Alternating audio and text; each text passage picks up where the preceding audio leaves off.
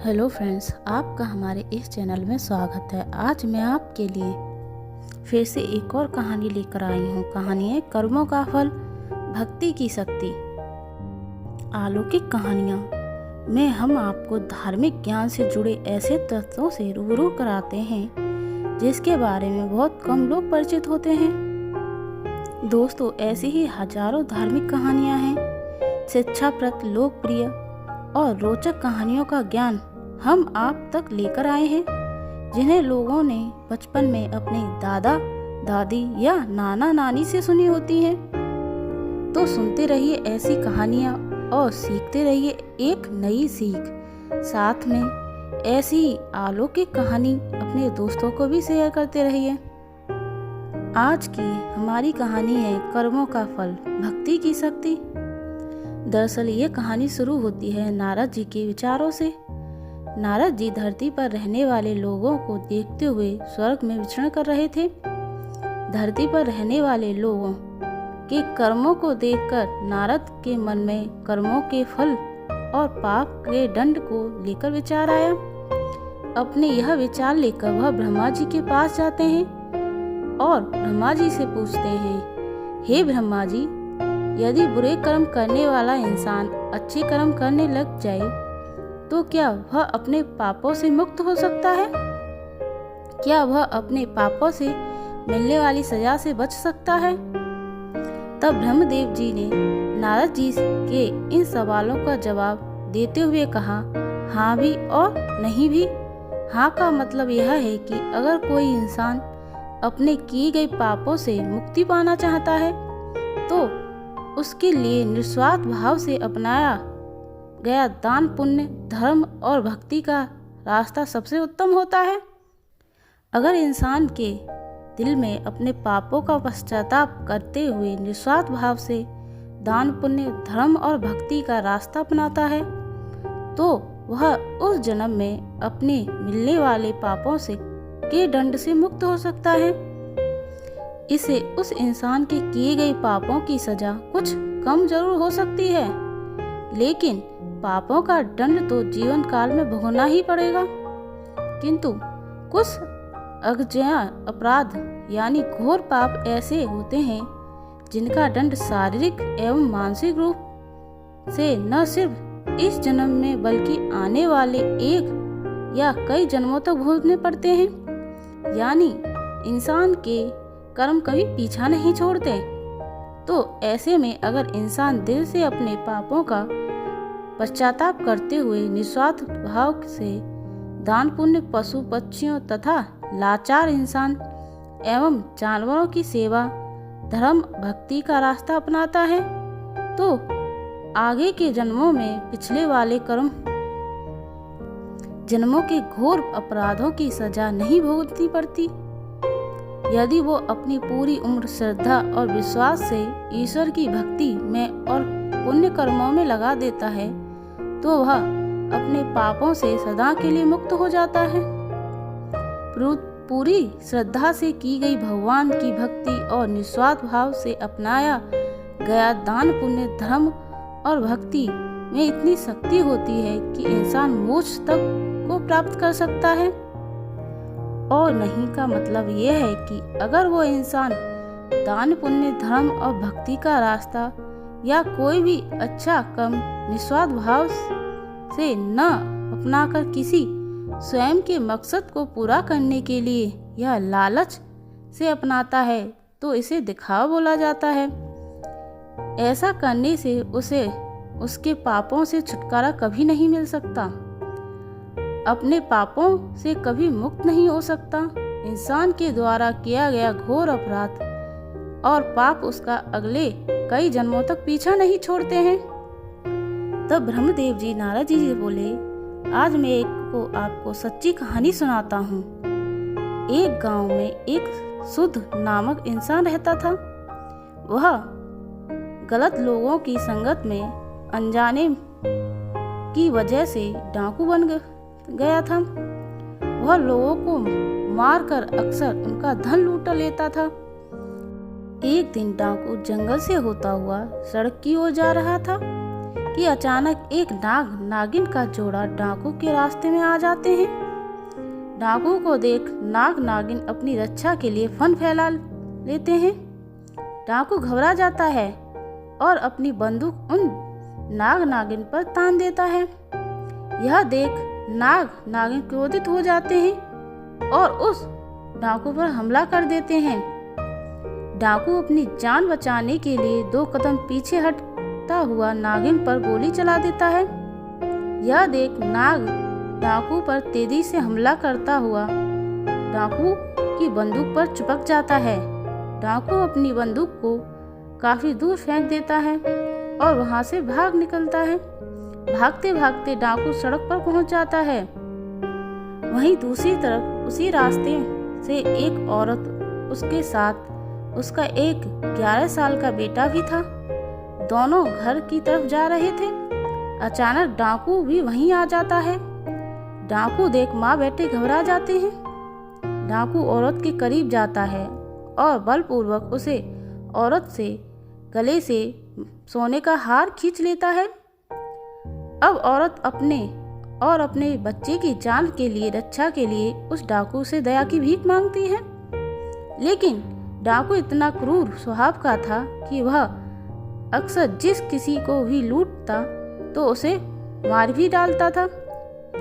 इसलिए डाकू पर उस औरत की बातों का कोई असर नहीं होता और वह उस औरत को तेज धार चाकू मार कर बुरी तरह घायल कर देता है।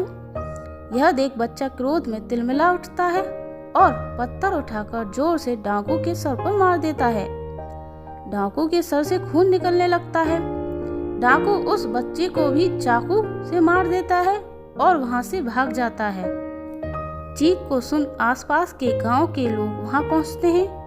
वो उस महिला और बच्चे को हकीम के पास लेके जाते हैं। माँ और बेटा दोनों बच जाते हैं। उधर डाकू भागता हुआ फिर से जंगल की तरफ चला जाता है। बहुत थक जाने की वजह से डाकू वहीं आराम करने लगता है। दूसरी तरफ नाग डाकू का पीछा करते हुए वहीं डाकू के पास पहुंच जाता है। थका हुआ डाकू सो चुका होता है और इधर नाग अपनी नागिन की मौत का बदला लेते हुए डाकू के पैर को डस लेता है। डाकू दर्द से झटपटाता हुआ वहीं मर जाता है। यह सारी घटना यमपुरी में बैठे हुए चित्रगुप्त और यमराज जी देख रहे थे। डाकू के मरते ही यम के दूत यमलोक से धरती पर आकर डाकू की आत्मा को ले जाते हैं। वह डाकू की आत्मा को यमलोक ले जाते हैं। यमलोक में चित्रगुप्त जी अपनी किताब से डाकू के द्वारा किए गए सभी कर्मों और पापों का लेखा जोखा देखते हुए उसे उसके पापों की सजा सुनाते हैं। डाकू की आत्मा को बहुत सारी यातनाएं दी जाती हैं। इसके बाद चित्रगुप्त जी डाकू की आत्मा को बोलते हैं कि जिस 11 साल के बच्चे को तुमने चाकू मारा था, उस पाप की सजा भुगतने के लिए तुम्हारे फिर से धरती पर जन्म होगा और एक पंडित के घर होगा, जहाँ सिर्फ 11 साल तक ही जीवित रहोगे। दूसरी तरफ एक गांव में एक पंडित रहता था, जिसकी पत्नी को 10 साल से कोई भी औलाद नहीं हुई थी। पंडित भगवान भोलेनाथ का बहुत बड़ा भक्त था। वह रोज भोले बाबा की पूरी श्रद्धा विश्वास से पूजा अर्चना किया करता था। इसके अलावा वह गरीबों और साधु संत को भी भोजन भी कराता था। एक दिन भगवान शंकर पंडित जी की सच्ची भक्ति और पुण्य कर्मों से प्रसन्न होकर पंडित जी को दर्शन देते हैं। पंडित जी भगवान शंकर के दर्शन पाकर बहुत प्रसन्न होता है। भगवान शंकर बोलते हैं, मैं तुम्हारी सच्ची भक्ति से बहुत प्रसन्न हूँ, बोलो क्या वरदान दूं तुम्हें। पंडित जी एक पुत्र की मांग करता है। भगवान शंकर तो अंतर्यामी हैं, वह भूत भविष्य पहले से ही जानते थे कि पंडित क्या वरदान मांगेगा, इसलिए उन्होंने पंडित को पुत्र देने का वरदान देने से पहले ही यह बता देते हैं कि यह पुत्र सिर्फ 11 वर्ष ही जिएगा, इसके बाद मर जाएगा। यह सब जानने के बाद भी पंडित कुछ नहीं बोलता, क्योंकि उसे अपनी भक्ति पर पूरा भरोसा था कि भगवान अपने भक्त के साथ कभी अन्याय नहीं होने देंगे। यह सोचता हुआ पंडित पुत्र का वरदान मांग लेता है। भगवान शंकर पुत्र का वरदान देकर वहां से गायब हो जाते हैं। अगले 9 महीने बाद पंडित जी के घर पुत्र का जन्म होता है। इधर पंडित यह जानते हुए भी यह 11 साल से अधिक नहीं जिएगा, फिर भी प्रसन्न रहता है। यह बात पंडित जी घर में किसी को भी नहीं बताता। इधर पंडित अपने बेटे को धर्म कर्म पूजा भक्ति की सभी शिक्षाएं दे देता है। पंडित अपने बेटे का नाम शंकर रखता है। देखते ही देखते दिन बीत गए। शंकर को 11 साल पूरे होने में सिर्फ 1 महीना ही बचा था। पंडित शंकर के मामा को तुरंत घर बुलाते हैं और खूब सारा धन देकर काशी जाने को कहते हैं।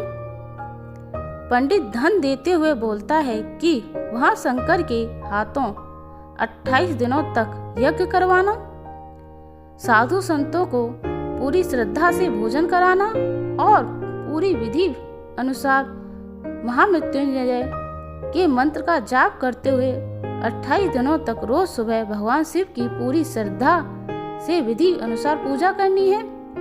अगले ही दिन मामा और शंकर धन लेकर काशी के लिए निकल पड़ते हैं। काशी पहुंचते ही मामा और शंकर वो सब करना शुरू कर देते हैं जैसा कि पंडित ने बताया था। ठीक 28वें दिन शंकर की हालत अचानक खराब हो जाती है। शंकर के मामा शंकर को आराम करने के लिए अंदर भेज देते हैं। शंकर के मामा जब सब साधुओं को भोजन करवा के शाम को घर के पास वापस लौटते हैं तो शंकर मर चुका होता है। यह देख शंकर के मामा जोर जोर से रोने लगते हैं। इतने में यमलोक के दूत शंकर की आत्मा को लेकर यमलोक पहुंचते हैं। यमलोक में चित्रगुप्त जैसे ही शंकर के पाप पुण्य के लेख की किताब खोलते हैं तो वे चकित रह जाते हैं और जोर से बोल उठते हैं, असंभव, अद्भुत। ये 2 शब्द बोलते ही चित्रगुप्त कुछ देर तक तो यूं ही मौन खड़े रहते हैं। फिर कुछ देर बाद चित्रगुप्त ऊंचे स्वर में यमदूतों को आदेश देते हैं कि तुरंत अभी के अभी शंकर की आत्मा को शंकर के शरीर में डाल कर आओ। यमदूत शंकर को उसकी शरीर में पुनः डाल देते हैं और शंकर फिर से जी उठता है। अचानक यह चमत्कार देख कि शंकर के शरीर में हलचल हो रही है। शंकर के मामा का खुशी का ठिकाना नहीं रहता। वह यमलोक में इस बात को लेकर यमराज चित्रगुप्त से सवाल करते हैं कि यह कैसे हुआ। तब चित्रगुप्त जी बताते हैं कि जब मैंने किताब खोली तो उसमें शंकर के द्वारा किए गए पुण्य कर्मों, भगवान शिव की आराधना और हवन जैसे शुभ भक्ति की शक्ति से शंकर की कुंडली में जो पिछले जन्म के पापों की वजह से मृत्यु का योग बना था वह योग खत्म हो चुका था। इसके साथ शंकर के पुण्य का लेखा सबसे अधिक था, जिस वजह से शंकर की उम्र बढ़कर 90 साल हो चुकी थी। इधर शंकर के मामा पूरे हर्ष और उल्लास के साथ आंखों में खुशी के आंसू लेकर घर पहुंचते हैं तो शंकर को जिंदा देख शंकर के पिता इतना खुश होते हैं मानो उन्हें नया जीवन मिल गया हो। तब शंकर सबको सब बता देते हैं जो उसके साथ यमलोक में हुआ। यह सुन सभी का भगवान के प्रति श्रद्धा विश्वास और बढ़ गया। इतना बोल ब्रह्मदेव जी अपनी कहानी समाप्त करते हैं। अब नारद जी को अपने सभी प्रश्नों का उचित जवाब मिल चुका था। नारद जी सभी प्रश्नों का जवाब पाकर ब्रह्मदेव जी से विदा लेते हैं।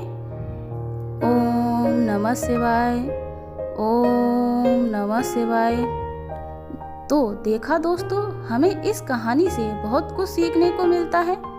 अपने जीवन का उद्धार चाहते हो तो हमेशा प्रभु की भक्ति करो, निस्वार्थ भाव से लोगों की सेवा करो, कभी बुरे कर्म न करो। आपको हमारी अलौकिक कहानी कैसी लगी कमेंट करके बताएं और ऐसे ही अलौकिक कहानी सुनने के लिए हमारे चैनल को सब्सक्राइब करें। Thank you.